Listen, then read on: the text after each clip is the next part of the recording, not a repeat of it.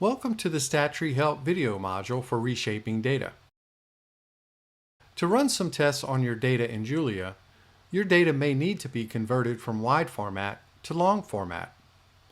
To reshape your data from wide to long format, type in the following Julia code.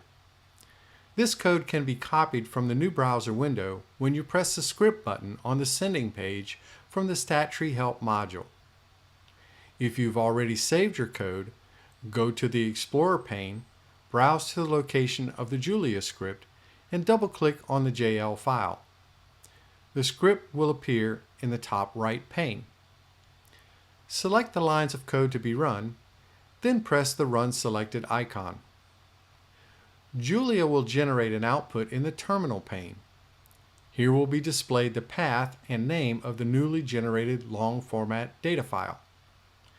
Your reshaped data is now in the Julia global environment ready for use, or can be loaded from the saved file later.